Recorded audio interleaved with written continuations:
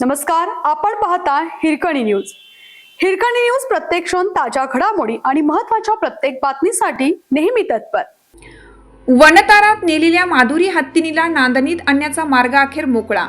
गुजरातमधील वनतारा येथे हलवण्यात आलेल्या नांदणी येथील मठातील माधुरी हत्तीनीला पुन्हा मठाच्या मालकीच्या जागेत परत आणण्याच्या प्रक्रियेला वेग आला आहे. मुंबईत सोमवारी उच्चस्तरीय समितीसमोर झालेल्या सुनावणीत पुनर्वसन केंद्राच्या उभारणीसाठी आवश्यक असलेल्या प्रारंभिक बांधकाम परवानग्या देण्यात आल्याने हा मार्ग अधिक स्पष्ट झाला आहे. या निर्णयामुळे मठाच्या जागेत युद्ध पातळीवर पुनर्वसन केंद्र उभारण्याचे काम सुरू होण्याचा मार्ग मोकळा झाला आहे.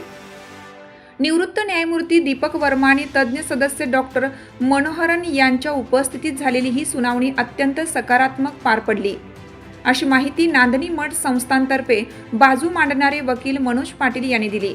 याआधी उच्चस्तरीय समितीच्या निर्देशानुसार डॉक्टर मनोहरन यांच्या अध्यक्षतेखालील तपासणी समितीने माधुरी हत्तीनीच्या आरोग्याविषयी सविस्तर अहवाल सादर केला. या अहवालात माधुरीची प्रकृती सध्या समाधानकारक असल्याचे नमूद करण्यात आले असून पुढील 6 महिन्यानंतर तिची पुन्हा एकदा वैद्यकीय तपासणी करण्याचे आदेश समितीने दिले आहेत.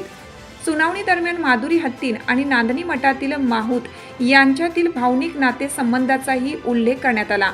अनेक वर्षापासून या माहूताने माधुरीची सेवा आणि देखभाल केल्याची माहिती समितीसमोर मांडण्यात आली. याची दखल घेतल्याचे वकील पाटील यांनी सांगितले.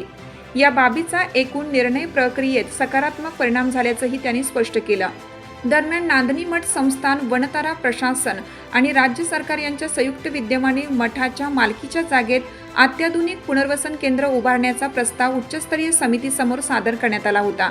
या प्रस्तावाशी संबंधित आवश्यक प्राथमिक परवानग्या सोमवारी मंजूर करण्यात आल्या.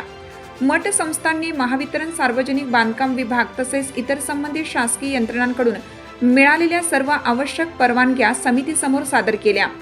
सुनावणीवेळी वनतारातर्फे वकील शार्दूल सिंग तर मठ संस्थांतर्फे मनोज पाटील उपस्थित होते. यासोबतच प्राणी हक्कासाठी कार्यरत असलेल्या पेटा संस्थेच्या प्रतिनिधी खुशबू गुप्ता यांचीही उपस्थिती होती. या पुनर्वसन केंद्राच्या उभारणीसाठी नियोजनाच्या प्रारंभिक टप्प्यातील एकूण 7 महत्त्वाच्या टप्प्यांना समितीने मान्यता दिली आहे. निविदी प्रक्रिया, तांत्रिक नियोजन आणि अंदाजपत्रक यांचा यात समावेश आहे. हे केंद्र उभारण्यासाठी किती कालावधी लागेल तसेच सुमारे 12 कोटी रुपयांचा अपेक्षित खर्च याबाबत सविस्तर निवेदन सादर करण्यात आलं. या निवेदनालाही समितीने संमती दिली असून काम वेगाने आणि प्राधान्याने पूर्ण करण्याच्या स्पष्ट सूचना देण्यात आल्या आहेत. या निर्णयामुळे माधुरी हत्तीनीला पुन्हा नांदणी मठाच्या परिसरात आणण्याची आशा बळावली असून स्थानिक भाविकांमध्येही समाधान व्यक्त केलं जात आहे. आता पुनर्वसन केंद्राचे काम वेळेत पूर्ण करून पुढील टप्प्यात माधुरीच्या स्थलांतरणाबाबत ठोस निर्णय घेतला जाईल, अशी अपेक्षा व्यक्त केली जात आहे. आज उच्चस्तरीय समितीसमोर माधुरी हत्तीनीच्या बाबतीमध्ये एक अत्यंत सकारात्मक सुनावणी पार पडली.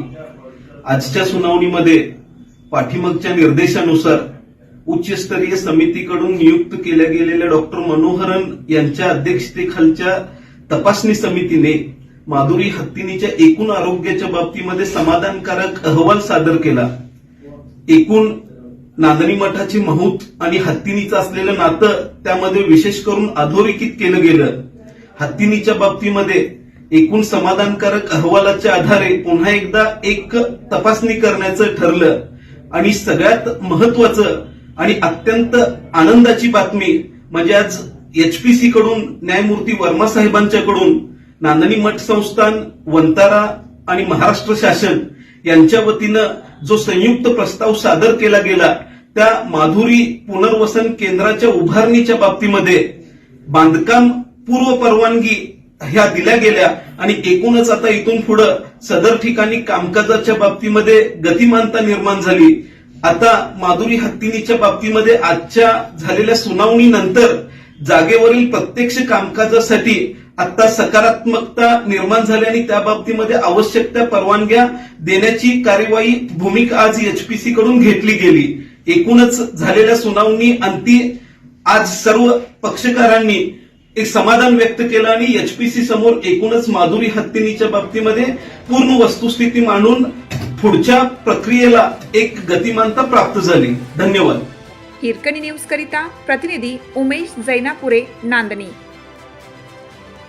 आपल्या हिरकणी न्यूज चॅनलला लाईक करा, शेअर करा आणि सबस्क्राईब करायला विसरू नका आणि रहा अपडेट.